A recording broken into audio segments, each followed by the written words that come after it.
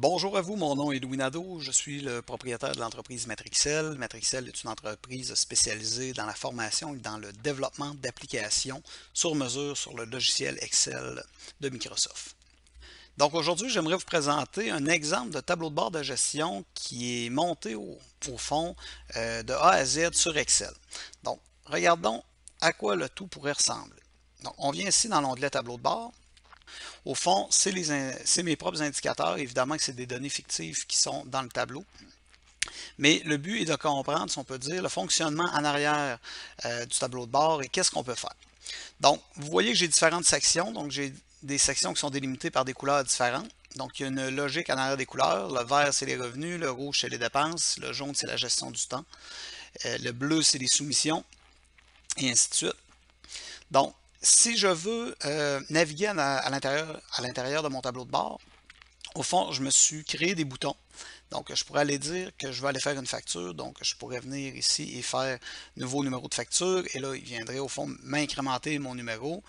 Je peux venir sélectionner ici, à l'aide d'un menu déroulant, le client en question que je vais avoir. Et je peux ensuite monter ma facture en question avec les montants et les descriptions. Évidemment que je pourrais ajouter, si on peut dire, des listes déroulantes pour chacune de mes lignes. Moi, dans le cas présent, je n'avais pas besoin d'énormément de lignes, donc le nombre de lignes qui sont ici est suffisant pour la facturation que j'ai à faire. Sauf que dans des applications plus complexes, évidemment que le nombre de lignes, on aura un bouton qui pourra additionner le nombre de lignes et ainsi de suite. Donc, évidemment que l'outil a été monté en fonction des besoins, de mes propres besoins. Donc, on monte la facture. Un coup que la facture est montée, on fait envoyer la facture. Et là, lorsqu'on fait envoyer la facture, au fond, ça génère un courriel automatique que ça l'envoie directement au client et ça vient mettre les données dans la BD de facture qui va me permettre par la suite de venir cumuler les revenus au cours de l'année.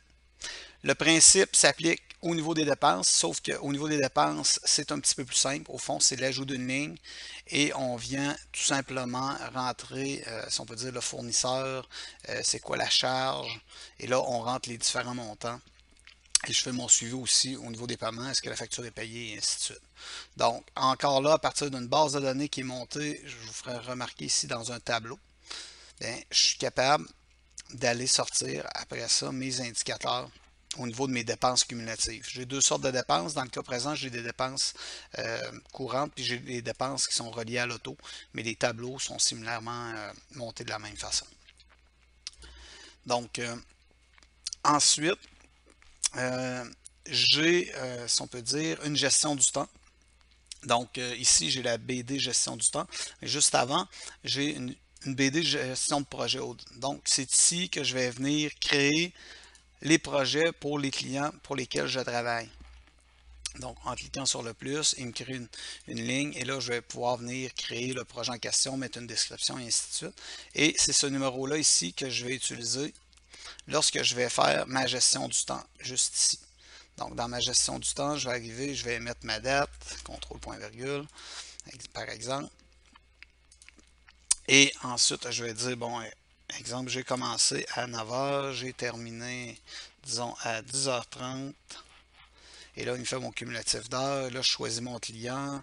Je choisis qu'est-ce que j'ai fait pour le client en question. Donc, encore là, c'est des listes déroulantes qui sont contenues dans une BD qui est située à la toute fin. Okay, au fond, j'ai une BD générale ici dans laquelle j'ai les différents postes, les catégories, les types d'opérations, les types de revenus, et ainsi de suite. Donc, j'ai une BD générale qui est faite pour tout cela. Et au fond, grâce à cette base de données-là ici, okay, que je vais établir, est-ce que c'est facturable, oui ou non? Est-ce que ça a été facturé, oui ou non? C'est quoi le numéro de projet? Donc ici, le numéro de projet, je vais utiliser le bouton qui est ici. Ça va m'emmener tous les projets en cours. Là, vous voyez le 10-2-91, je n'avais pas mis de client, je n'avais pas mis de description, mais vous voyez qui est ici, qui est apparu. Donc si je double-clique dessus, il va venir mettre le bon numéro en question. Et là, exemple ici, je viens mettre le taux horaire pour lequel j'ai travaillé pour ce client-là. Et le tout s'accumule ici. Donc, mettons que je mettrais 70 $. Vous voyez qu'il fait 70 fois 1h30, donc 105 $, et ainsi de suite. Et j'ai une section commentaires. Donc, avec ce tableau-là, je suis en mesure de me créer deux à trois indicateurs, c'est-à-dire mon indicateur qui est, tant qu'à moi, le plus important, c'est-à-dire l'indicateur de gestion du temps. Moi, c'est du temps que je vends. Je travaille à l'heure, donc c'est important de bien le suivre.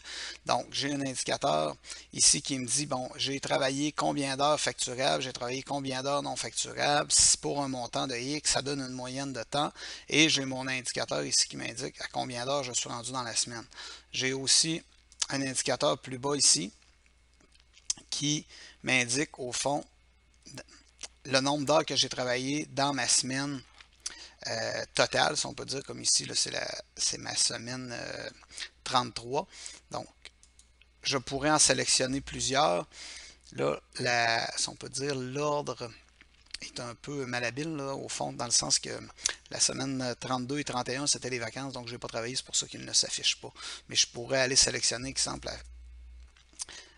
la 29, et là, vous voyez la 29 et la 33. Donc, mon graphique, au fond, s'ajuste en fonction des segments qui sont juste ici.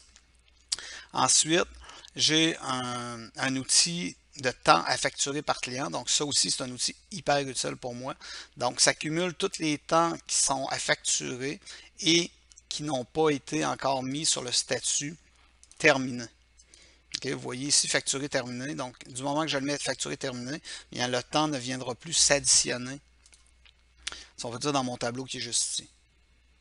Et ensuite, j'ai un tableau de rentabilité. Je vous dirais celui-là, je l'utilise beaucoup moins, mais je devrais peut-être plus le travailler. Donc, il me dit par projet à combien j'ai travaillé de l'heure et ainsi de suite. Okay. Donc, ensuite, j'ai un outil pour suivre mes soumissions. J'ai un outil pour savoir la répartition des revenus. Et là, je pourrais savoir, exemple, je ne sais pas, moi, en 2017, bon, ça a été quoi les revenus par secteur? Je pourrais arriver et dire, bon, au mois de janvier, ça ressemblait à quoi les revenus? Et ainsi de suite. Donc, je suis capable d'avoir, avec un seul clic de souris, les revenus du mois et ainsi de suite, et le détail dans quel département c'était. Et mon dernier indicateur, au fond, qui est mes comptes à recevoir, qui m'indique combien j'ai de comptes à recevoir, exemple de 0,30 jours, de 30,60 et ainsi de suite. Et évidemment que le tout est encore là géré par ma base de données de facture ici. J'ai aussi un outil de soumission aussi qui est sur le même principe que la facture, au fond, quand je clique dessus. Okay, c'est vraiment mon outil de soumission. Donc, je peux faire des soumissions, les envoyer. J'ai des numérotations indépendantes des factures, évidemment, pour la soumission. Donc, c'est à ça que ressemble mon tableau de bord de gestion. Je vous dirais que c'est un outil pareil. Chaque entreprise devrait en avoir un. On n'est pas obligé d'avoir d'énormes indicateurs. À mon avis, entre 5 et 10, c'est suffisant si on s'en sert, évidemment.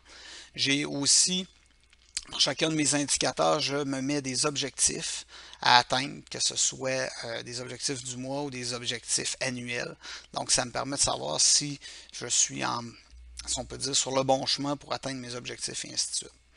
Donc, j'espère que cette petite vidéo vous aura plu. Si vous avez des questions, si vous avez des besoins qui ressembleraient à ça, ben, vous pouvez communiquer avec moi. Ça me fera plaisir de vous aider. Je vous remercie beaucoup et je vous souhaite une bonne fin de journée.